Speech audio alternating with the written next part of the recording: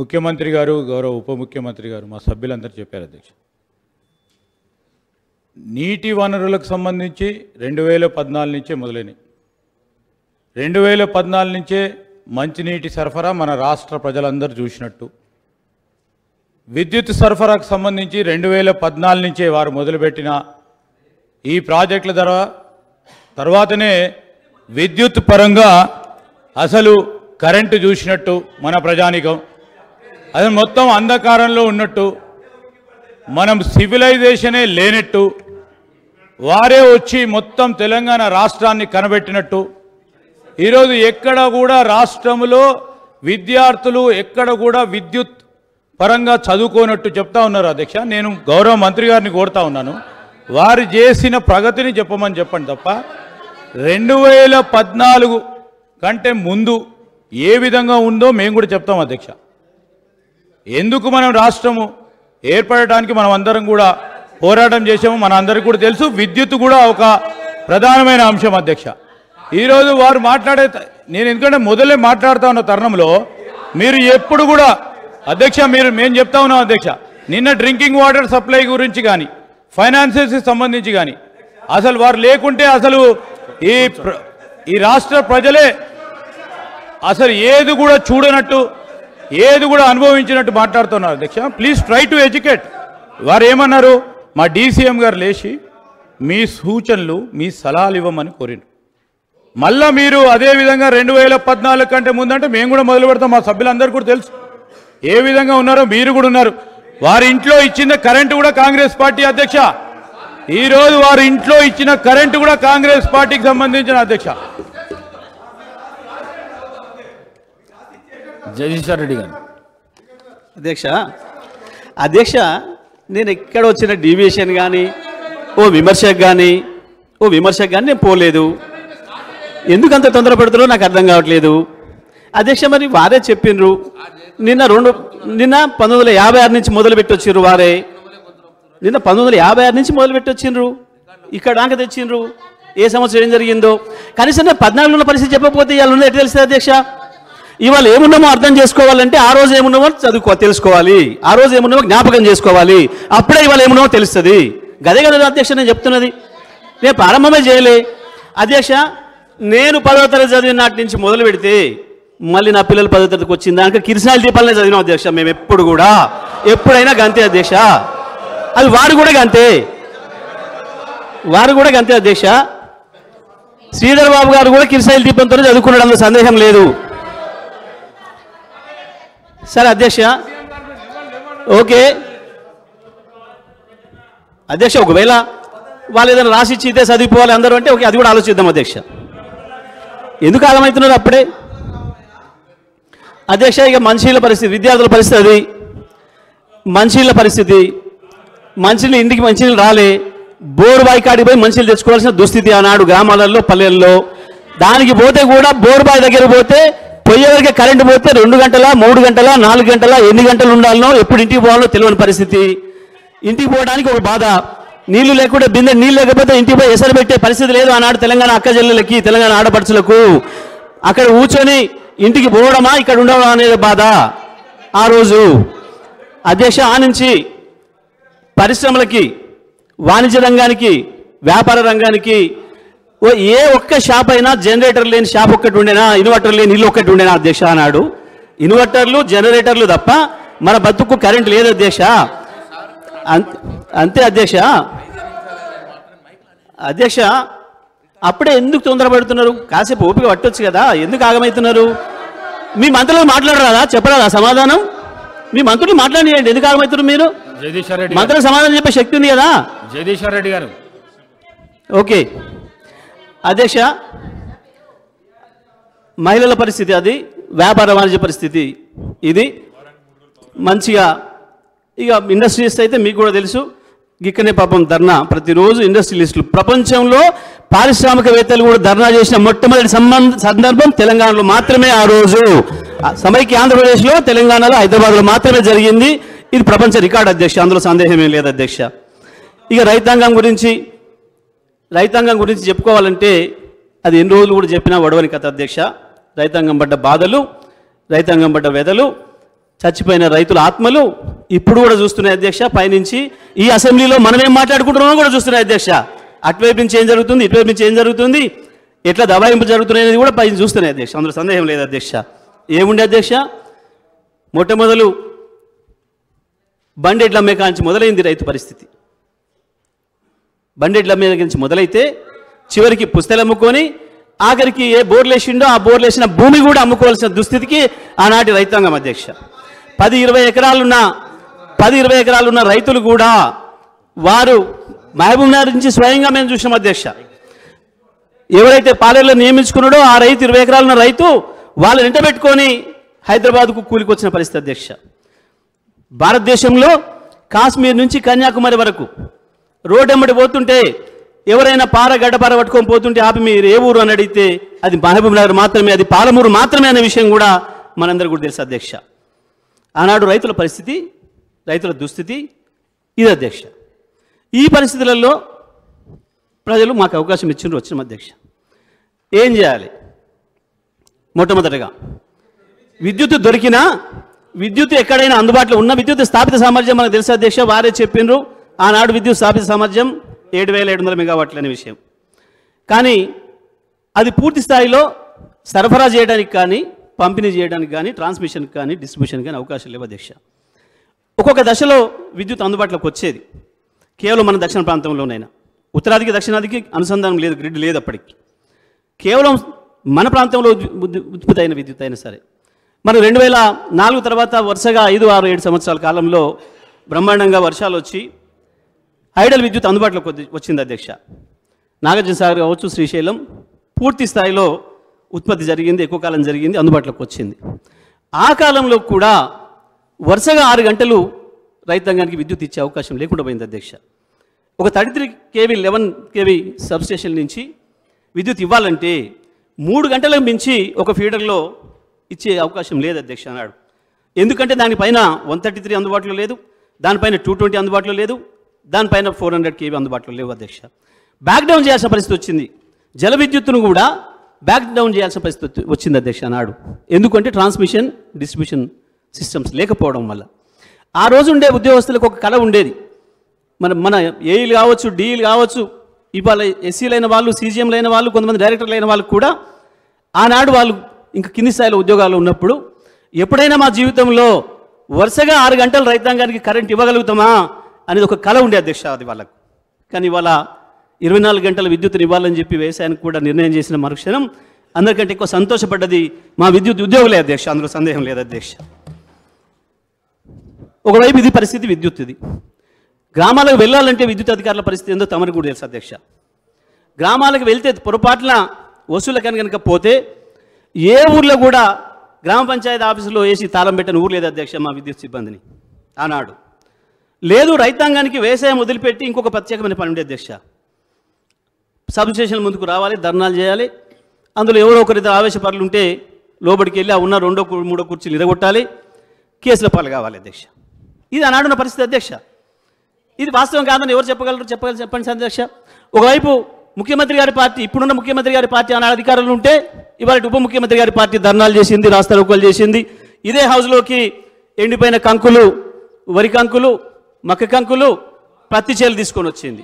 ఒకవేళ వీరి పార్టీ అధికారంలో, ఉప ముఖ్యమంత్రి గారి పార్టీ అధికారంలో ఉన్నాడు, ముఖ్యమంత్రి గారి పార్టీ ఆ పని చేసింది అధ్యక్ష. ఈ సభలో ప్రతిరోజు నిత్యకృష అధ్యక్ష. ఆ రోజు ఈ సభలో రికార్డులు ఉన్నాయి అధ్యక్ష. నేను చెప్పేది అబద్ధమైతే, నేను చెప్పేది అసత్యమైతే, నేను చెప్పేది వాస్తవ దూరం అయితే ఈ సభలోనే రికార్డులు ఉన్నాయి అధ్యక్ష. తీసి చూడవచ్చు అధ్యక్ష, పరిశీలించవచ్చు అధ్యక్ష. మేము చెప్పింది నిజమే కనుక పొరపాటు అనుకుంటే. ఇదే ముఖ్యమంత్రి, ఉప ముఖ్యమంత్రి సాక్ష్యం అధ్యక్ష. వీళ్ళే పాత్రదారులు అధ్యక్ష అన్నాడు, వేరే ఎవరో కాదు. వీరిద్దరే పాత్రదారులు, అందులో సందేహం లేదు. ఉన్నారు, మా వాళ్ళు కూడా ఉన్నారు, అందులో సందేహమేం లేదు. మా వాళ్ళు కూడా ఉన్నారు, లేరని నేను అనడం లేదు. మీ పార్టీలో నేను చెప్పింది మీ పార్టీల గురించే, అందులో సందేహం లేదు అధ్యక్ష. ఏం జరిగింది ఆనాడు విద్యుత్ ఈ సమస్య ఉండడం వల్ల? ఇప్పుడు వారే చెప్పినట్టు విద్యుత్ అనేది ఇవాళ మనిషి జీవితంలో అంతర్భాగమైంది అధ్యక్ష. విద్యుత్ లేకుండా ఒక అడిగేసే పరిస్థితి లేదు. రాత్రి పడుకునే ముందు స్విచ్ టచ్ చేయాలి, పొద్దుగాలు లేస్తే మంచం నుంచి దిగాలంటే అదే స్విచ్ టచ్ చేయాలి. ఇంతగా జీవితంలో భాగమైంది వాళ్ళ విద్యుత్ అనేది. విద్యుత్ రంగాన్ని బాగు చేసుకోకుండా మేము బాగుపడినాం, మేము అభివృద్ధి చెందుతున్నాం అనుకుంటే అది అమాయకత్వం అయింది అధ్యక్ష. మరి అటువంటి పరిస్థితులలో గౌరవ ముఖ్యమంత్రి కేసీఆర్ గారు అన్నాడు మొట్టమొదటిగా విద్యుత్ రంగం పైన దృష్టి సారించి తను ప్రమాణ స్వీకారం చేసిన మరుక్షణం మొట్టమొదటిగా నియమించుకుంది సీఎండీలను అధ్యక్ష. మన విద్యుత్ సంస్థలకు అనుభవజ్ఞులైన సీఎండీలు నియమించుకోవడం ద్వారా అందులో తెలంగాణకు సంబంధించి తెలంగాణ మీద ప్రేమ ఉన్న వాళ్ళు, తెలంగాణ గురించి అవగాహన ఉన్న వాళ్ళని తీసుకోవడం ఉపయోగం అని చెప్పి పూర్తిగా మన వాళ్ళను డిపార్ట్మెంట్ నుంచి వచ్చిన వాళ్ళను అనుభవంతో ఉన్న వాళ్ళను తీసుకోవాలని చెప్పి వారు తీసుకున్న మొట్టమొదటి నిర్ణయము ఇవాళ ఈ రాష్ట్రంలో విద్యుత్ వెలుగులు నింపడానికి కారణమైంది అధ్యక్ష. ముఖ్యమంత్రి గారి మొట్టమొదటి ఆలోచన.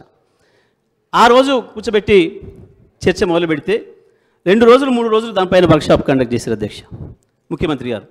అప్పటికే ముఖ్యమంత్రి గారికి పూర్తి అవగాహన ఉంది. 85లో వారు ఎమ్మెల్యే అయిన రోజు నుంచే సిద్దిపేటలో వచ్చిన విద్యుత్ కష్టాలు, దానిపైన వారు చేసిన ఆలోచనలు, అప్పటికి అనేక మంది సీనియర్లతోని, అందులో ఉండే ఉద్యోగస్తులతోని, అధికారులతోని వారు చేసిన చర్చల వల్ల వారికి పూర్తిగా దానిపైన అవగాహన ఉంది అధ్యక్ష. వెంటనే విద్యుత్ ఎక్కడో చోట తెద్దాం, గ్రిడ్ అనుసంధానం కూడా స్పీడప్ చేద్దాం. అప్పటికే గ్రిడ్ అనుసంధానం సంబంధించి కేంద్రం నుంచి అవకాశం వచ్చినా అలా ఇక్కడున్న సమైక్య ఆంధ్రప్రదేశ్ ముఖ్యమంత్రి గారు దాని పట్ల కొంత నిర్లక్ష్యం వహిస్తే కూడా ఆ తర్వాత వెంటనే దానికి సంబంధించిన గొడవ కూడా ఇక్కడ జరిగింది, వారి ఛాంబర్ ముందర జరిగింది. ఆ రోజు మా హరీష్ రావు గారు, కేటీఆర్ గారు, మా ఇతర శాసనసభ్యులందరూ కూడా వెళ్ళి దాని విషయంలో గొడవ చేసిన సంగతి కూడా రికార్డులలో ఉంది అధ్యక్ష. ఆ తర్వాత దాని నుంచి ముందుగా దాన్ని పూర్తి చేసుకుందాం. భారతదేశంలో ఇతర ప్రాంతాల్లో కొంత లభ్యత ఎక్కువగా ఉంది. మన దగ్గర వెంటనే ఉత్పత్తి చేయడం కష్టమైనప్పటికీ కూడా ఛత్తీస్గఢ్ నుంచి కూడా తీసుకోవడానికి అవకాశం ఉందని చెప్పి ఆ లైన్ కూడా వెంటనే పూర్తి చేసుకోవడానికి, ల్యాండ్ ఎక్వేషన్ సమస్యలు కూడా స్వయంగా గౌరవ ముఖ్యమంత్రి గారి వాటిని కోఆర్డినేట్ చేసి ఇక్కడి నుంచి వెళ్ళి ఎప్పటికప్పుడు ఇన్స్ట్రక్షన్స్ ఇస్తూ అక్కడ ఉండే స్థానిక శాసనసభ్యుల్ని, మంత్రులందరినీ కూడా, జిల్లాలకు సంబంధించిన మంత్రులను కూడా సెన్సిటైజ్ చేసి అక్కడ వెంటనే పూర్తి చేయడానికి, ఆ సమస్యలు ల్యాండ్ ఎక్వేషన్ సమస్యలు రాకుండా తొందరగా పూర్తి చేయించడానికి అన్ని ఏర్పాటు చేయడంతో ముందుగా ట్రాన్స్మిషన్ సిస్టమ్ను, డిస్ట్రిబ్యూషన్ సిస్టమ్ను వెంటనే అభివృద్ధి చేయాలని చెప్పి వారికి ఆదేశాలు ఇవ్వటం. మరి ఈ పరిస్థితులలో ఏం చేయాలి మనం? డబ్బులు లేవు సంస్థల దగ్గర, అప్పటికీ అప్పుల్లో ఉన్న విషయం మనకు తెలుసు. ఎందుకంటే స్వయంగా ఇప్పుడు వారిచ్చిన దాంట్లో కూడా ఉంది. ట్రాన్స్కో 800 కోట్లతో 8,000 కోట్లతో అప్పుల్లో ఉంది. ఎస్పీడీసీఎల్, ఎన్పీడీసీఎల్ కూడా 8,000 కోట్ల అప్పుల్లో ఉంది, మనకు ఉంది సార్. మరి ఇటువంటి పరిస్థితులలో మళ్ళీ వాటిని డెవలప్ చేయాలంటే అప్పు తేవడం తప్ప మనకి ఇంకో మార్గం లేదు అధ్యక్ష. It's very clear. కాబట్టి తప్పకుండా విద్యుత్ సంస్థలు ఏదైతే ఇవాళ మనకు భారతదేశంలో ప్రభుత్వ రంగంలో ఉన్న, కేంద్ర ప్రభుత్వ ఆధీనంలో ఉన్న ఆర్ఈసీ, పిఎఫ్సీలు ఏదైతే ఉన్నాయో అవి విద్యుత్తులు వారి దగ్గర డబ్బులు ఉన్నాయి, ఇవ్వడానికి సిద్ధంగా ఉన్నారు. ప్రోగ్రెసివ్ రాష్ట్రాలకి మరింత తెలుసు వాళ్ళ ద్వారానే అప్రోచ్ అయ్యి లోన్లు తీసుకొని వచ్చి పని ప్రారంభించిన అధ్యక్ష. మొట్టమొదటిగా అందుబాటులో ఉన్న సిస్టంతో గృహ వినియోగాలకి, వాణిజ్య వినియోగానికి వెంటనే 24 గంటలు అందుబాటులో తీసుకొచ్చాం అధ్యక్ష. ఆ తర్వాత పారిశ్రామిక రంగానికి కూడా తీసుకురాగలిగినాం. 1 సంవత్సరం లోపు ఏదైతే ట్రాన్స్మిషన్ డిస్ట్రిబ్యూషన్ సిస్టమ్ను అభివృద్ధి చేయగలిగినామో వ్యవసాయ రంగానికి కూడా వరుసగా 6 గంటలు ఇవ్వడానికి కావాల్సిన ఏర్పాట్లను కూడా పూర్తి చేసుకున్నాం అధ్యక్ష. 2వ సంవత్సరానికి ఇంకా మెరుగుపరుచుకొని డిస్ట్రిబ్యూషన్ అండ్ ట్రాన్స్మిషన్ సిస్టమ్లను 9 గంటల వ్యవసాయానికి కరెంట్ ఇవ్వగలిగినాం అధ్యక్ష. 9 గంటలకు పెంచి 2 సంవత్సరాల కాలంలో రైతాంగానికి కూడా 24 గంటల విద్యుత్తు అందుబాటులోకి తీసుకురావాలని చెప్పి దానికి తగ్గ ఏర్పాటు కూడా చేసినాం అధ్యక్ష. 3వ సంవత్సరంలో ఎంటర్ అయిన తర్వాత మొదటగా పైలట్ ప్రాజెక్ట్ కింద 2 జిల్లాలలో 24 గంటల విద్యుత్తును అందుబాటులో పెట్టినాం అధ్యక్ష.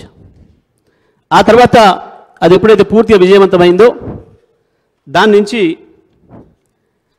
మొత్తం రాష్ట్రానికి కూడా రైతాంగానికి 24 గంటల విద్యుత్తును అందుబాటులోకి తీసుకురావడానికి అవకాశాలను మెరుగుపరిచాం అధ్యక్ష. దీని కొరకు మేము అభివృద్ధి చేసిన మేము ఖర్చు పెట్టిన పైసలు కావచ్చు, దానికి ఎగనెస్ట్గా మేము చేసిన డెవలప్మెంట్ సంబంధించిన అంశాలను కూడా ఈ సభ ముందు ఉంచుతాను అధ్యక్ష. 2014లో ఏదైతే కాంట్రాక్ట్ కెపాసిటీ థర్మల్ విద్యుత్తులో దీంట్లో 7,778 ఉందో, మేము ఈనాటికి ఆ రోజుకే దాదాపుగా 14,000 తీసుకొచ్చినాం.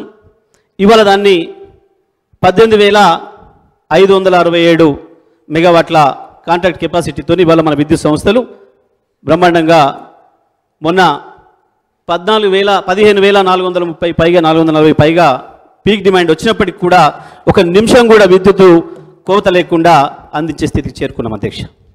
దీనికి మేము ట్రాన్స్కోలో మేము చేసిన ఆస్తుల డెవలప్మెంటు 2014 నాటికి ఉన్న 400 kV సబ్స్టేషన్లు 6 అధ్యక్ష.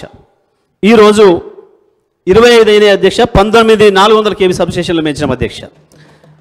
అదేవిధంగా 220 kV సబ్స్టేషన్లు 51 ఉంటే ఆ రోజు ఇవాళ 103 చేసాం అధ్యక్ష, 52 పెంచినాం అధ్యక్ష.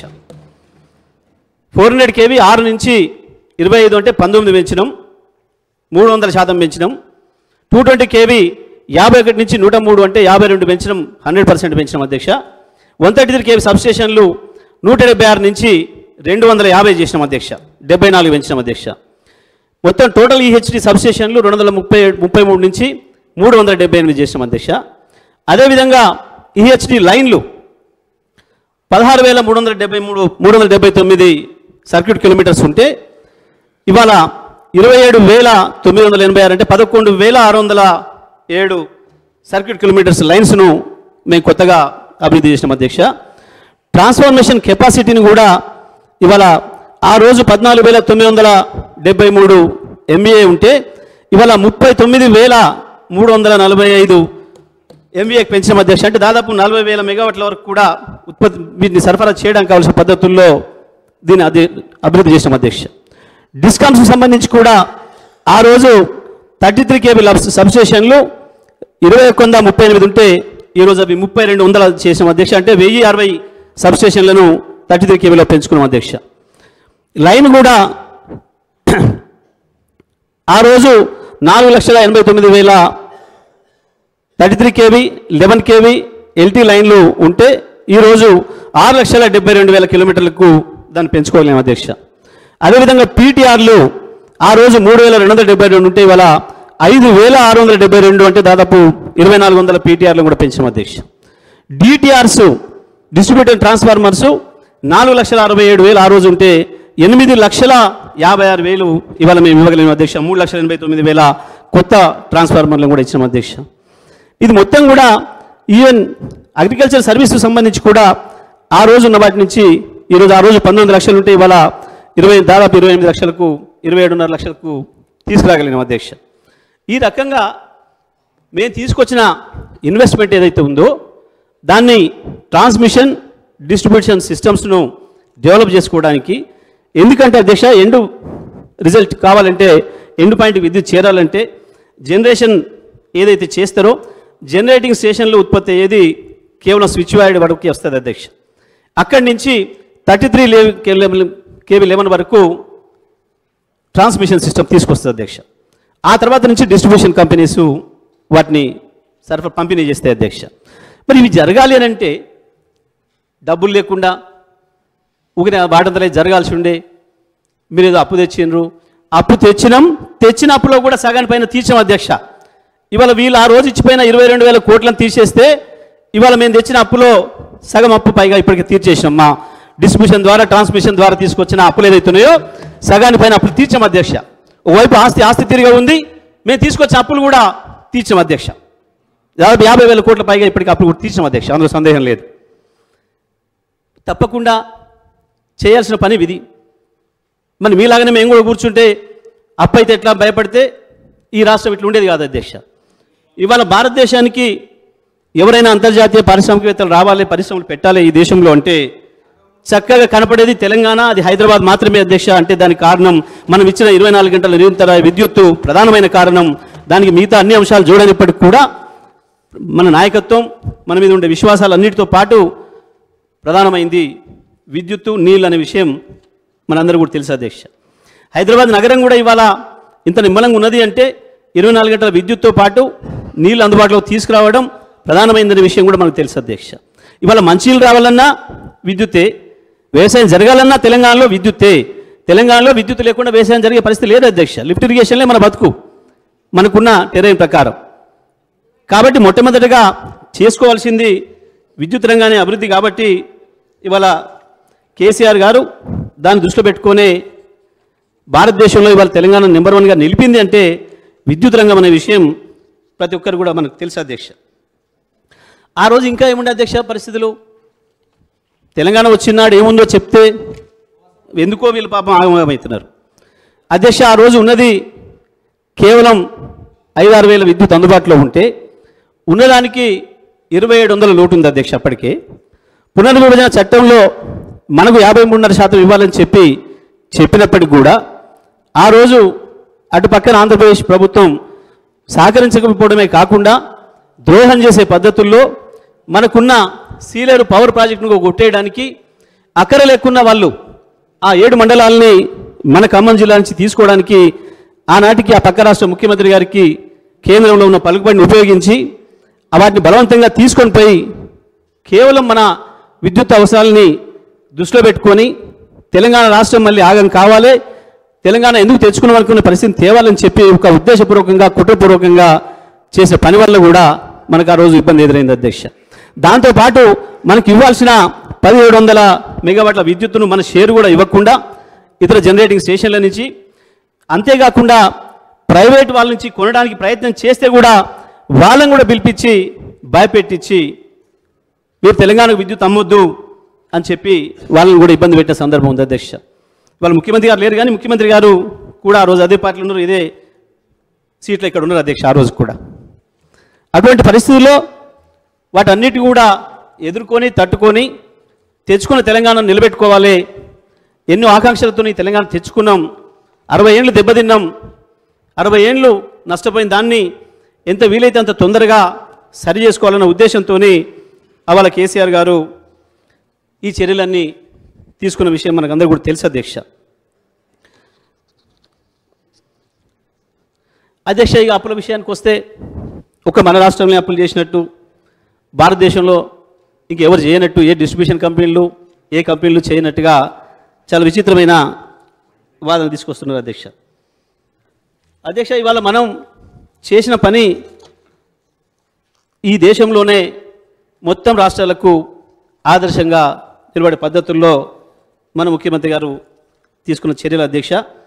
ఇవాళ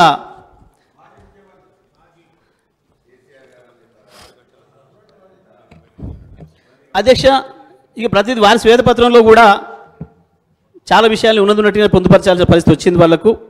ఆ రోజు స్పష్టంగా చెప్పారు అగ్రికల్చర్కు యావరేజ్ సప్లై 6 గంటలే ఇస్తున్నాం అనే విషయాన్ని వాళ్ళు స్పష్టంగా చెప్పారు. అదేవిధంగా గృహ వినియోగాలకు కావచ్చు, పారిశ్రామిక అవసరాలకు కావచ్చు మేము ఇవ్వలేకపోయినామనే విషయాన్ని కూడా వారి స్పష్టంగా అంగీకరించారు అధ్యక్ష. ఇందులో ఫైనాన్స్కు సంబంధించి ఎక్కడ కూడా పెద్ద తేడాలు ఏమీ లేవు అధ్యక్ష. డిస్కామ్లకు సంబంధించి స్పష్టంగా చెల్లింపులు ఉన్నాయి, రాబడులు కూడా ఉన్నాయి అధ్యక్ష. రావాల్సినవి ఉన్నాయి, చెల్లించాల్సినవి ఉన్నాయి. ఒక ఫైనాన్షియల్ ఇన్స్టిట్యూషన్కి అది ఎప్పటికీ ఉంటుంది, నిరంతరమైన ప్రక్రియ. అందులో ఎటువంటి అనుమానాలకి ఏం ఆస్కారం లేదు అధ్యక్ష. విద్యుత్తు మెయింటెనెన్స్కి సంబంధించి వారేదైతే ఓ పాసింగ్ కామెంట్ చేసిర్రో అది పూర్తిగా అవాస్తవం అధ్యక్ష. ఒక పథకం ప్రకారం ఒక ప్రణాళికాబద్ధంగా మనం ఇది అభివృద్ధి చేసినామనే విషయం అనేక సందర్భాల్లో రుజువు చేసినాం అధ్యక్ష. ఆ రోజు అధ్యక్ష స్పష్టంగా ఉంది అధ్యక్ష, మీరు పేర్కొన్న దాంట్లోనే ఆ రోజు కాంట్రాక్ట్ కెపాసిటీ 7,778 అయితే ఇవాళ 19,475, 150% అభివృద్ధి చేసినాం అధ్యక్ష. సోలార్లో కూడా ఆ రోజు 74 మెగావాట్లు ఉంటే ఇవాళ 6,123 మెగావాట్లకు పెంచాం అధ్యక్ష. మ్యాక్సిమం డిమాండ్ ఇవాళ 5,661 ఉంటే ఇవాళ 15,497 అధ్యక్ష. ఆ రోజు 5,600 ఉన్ననాడు 2,700 లోటు ఉంది అధ్యక్ష. ఇవాళ ఒక్కటి కూడా లోటు లేకుండా మనం ఇంకా పైన ఉన్నాం అధ్యక్ష. ఇవాళ 15,497 పీక్ డిమాండ్ ఉంటే 19,475 మనం కాంట్రాక్ట్ కెపాసిటీలో ఉన్నాం అధ్యక్ష. మ్యాక్సిమం కన్జంప్షన్ కూడా ఆ రోజు 128 మిలియన్ యూనిట్లు అయితే ఒక్క రోజు ఇవాళ 298 మిలియన్ యూనిట్ల డిమాండ్ వస్తే కూడా ఒక నిమిషం కూడా ఎక్కడ పవర్ కట్ లేకుండా అందించేదానికి కావాల్సిన పద్ధతుల్లో మన అన్ని సంస్థలు కూడా మనం తయారు చేసుకున్నాం అధ్యక్ష. పర్ క్యాపిటల్ విషయంలో కూడా అధ్యక్ష ఆ రోజు 1,356 యూనిట్లు పర్ క్యాపిటల్ ఉంటే ఇవాళ 2,349 అంటే 73% పైగా ఇవాళ మన పర్ క్యాపిటల్ పెరిగింది అధ్యక్ష. అగ్రికల్చర్ సప్లై మనకందరికీ తెలుసు అధ్యక్ష 6 గంటల నుంచి ఇవాళ 24 గంటలకు పెంచుకున్నాం అధ్యక్ష. ఈవెన్ కన్జ్యూమర్స్ కూడా ఆ రోజు 1,11,00,000 ఉంటే ఇవాళ 1,82,00,000 మంది కన్జ్యూమర్స్ కూడా ఒక్క నిమిషం కూడా ఎటువంటి అంతరాయం లేకుండా నాణ్యమైన విద్యుత్తును మనం అందించగలుగుతున్నాం అధ్యక్ష. ఎంప్లాయీస్కి సంబంధించి కూడా ఆ రోజు ఇవాళ 30,000 శాశ్వత ఉద్యోగులు, ఆర్టిజన్లను కూడా 22,700 మందిని మనం రెగ్యులేట్ చేసుకున్నాం అధ్యక్ష. మొత్తం కూడా ఇప్పటి వరకు మనం జగదీశ్వర్ రెడ్డి గారు